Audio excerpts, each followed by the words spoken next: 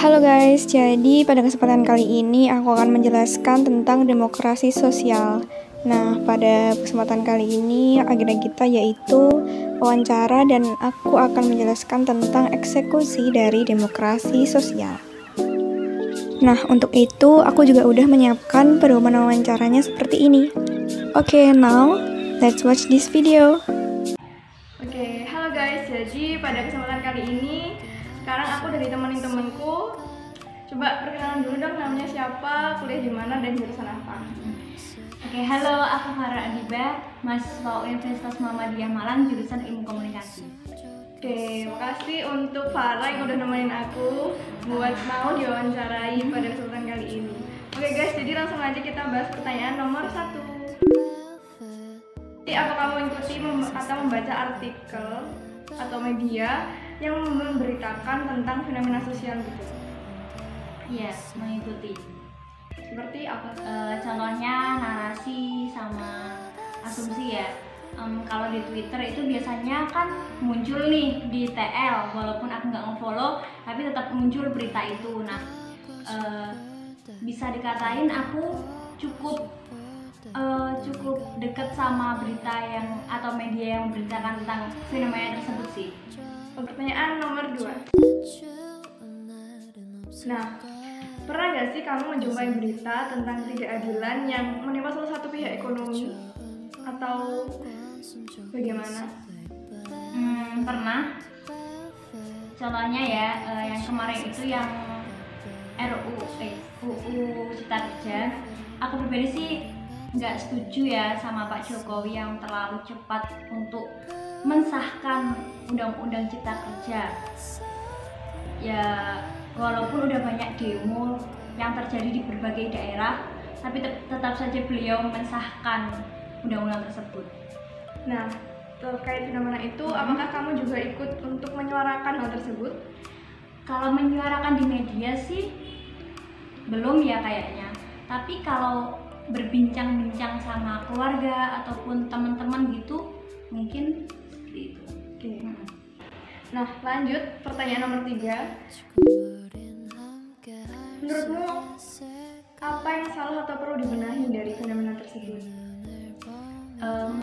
Menurutku UU Cipta Kerja ini cacat hukum ya. Jadi dilihat dari proses pembuatannya pun sangat singkat, hanya semalam kan itu. Iya. Terus jadi kayak nggak yakin gitu kalau ini sudah dibahas dengan matang gitu loh. Karena kan UU Cipta Kerja ini juga mazhab baru yang baru diterapkan di Indonesia.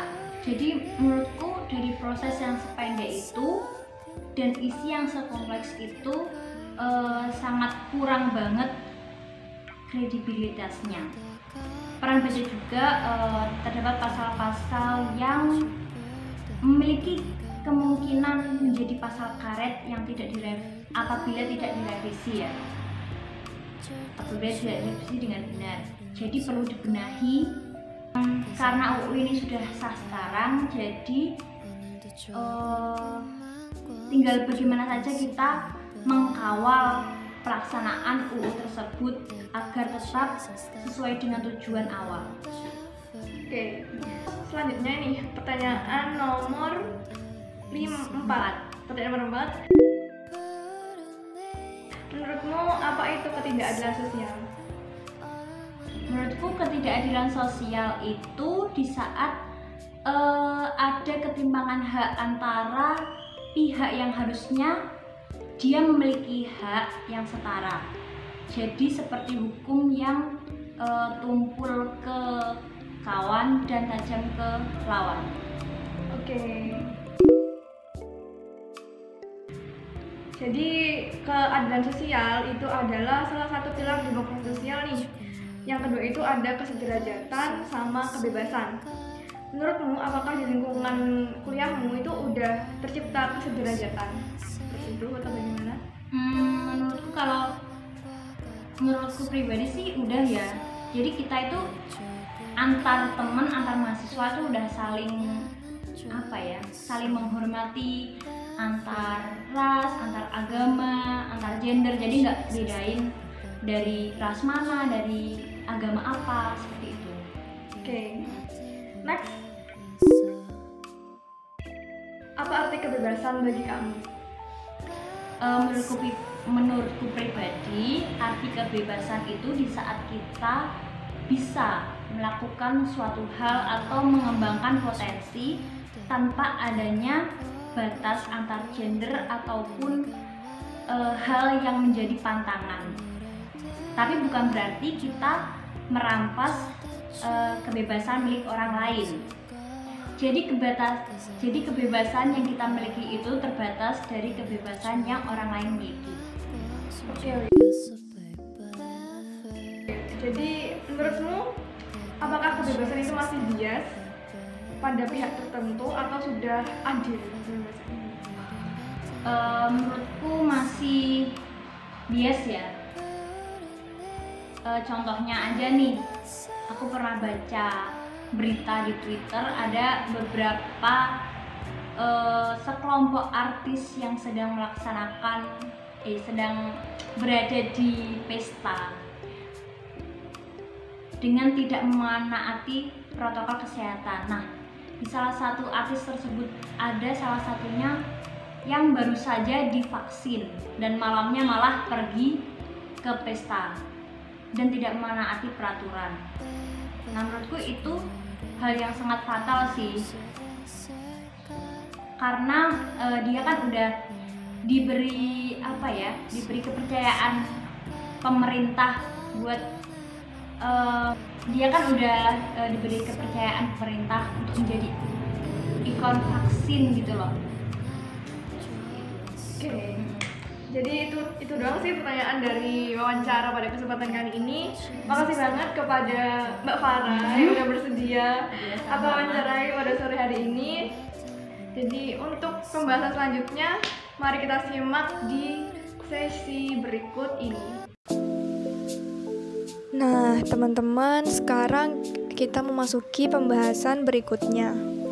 Jadi, aku akan menjelaskan apa aja yang bisa kita lakukan untuk mengeksekusi hal-hal yang termasuk tindakan demokrasi sosial.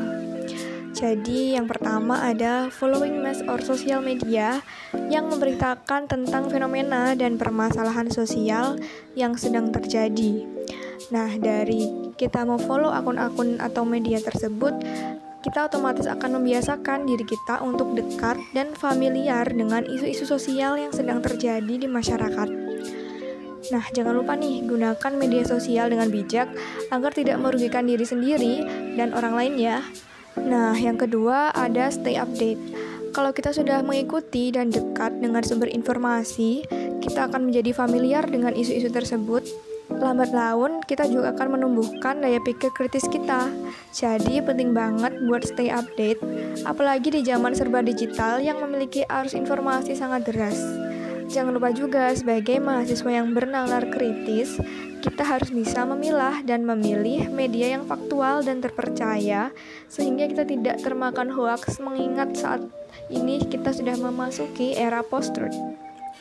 Nah, yang ketiga ini speak up. Setelah kita tahu apa aja yang sedang terjadi, apa yang salah dan perlu dibenahi, kita bisa speak up nih. Speak up ini tidak harus menggunakan sosial media aja, tetapi kita juga bisa speak up dimulai dari lingkaran sosial kita yang terkecil. Seperti saat berbincang dengan keluarga, teman, ataupun pada lingkungan akademik. Jangan takut speak up jika tahu tindakanmu itu adalah tindakan yang benar. Jangan lupa juga yang terpenting adalah mengedukasi diri sendiri sebelum mengedukasi orang lain. Oke, jadi demikian adalah hal yang dapat kita lakukan untuk merealisasikan demokrasi sosial. Apakah kamu sudah termasuk di dalamnya? So, itu aja untuk pertemuan kali ini. Kalau kalian ada pertanyaan, feel free untuk tulis di kolom komentar di bawah. Sampai jumpa.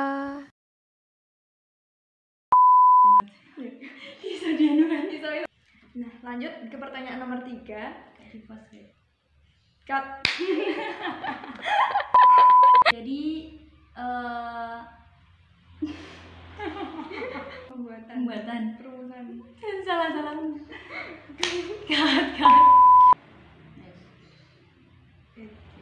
Jadi menurutku dari proses pendek itu dan isi yang sekompleks UU Cipta Kerja kurang banget sih.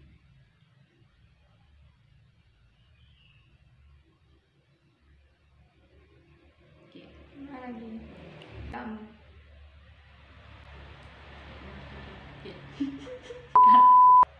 Salah. Kita Jadi ikon vaksin. Terus apa?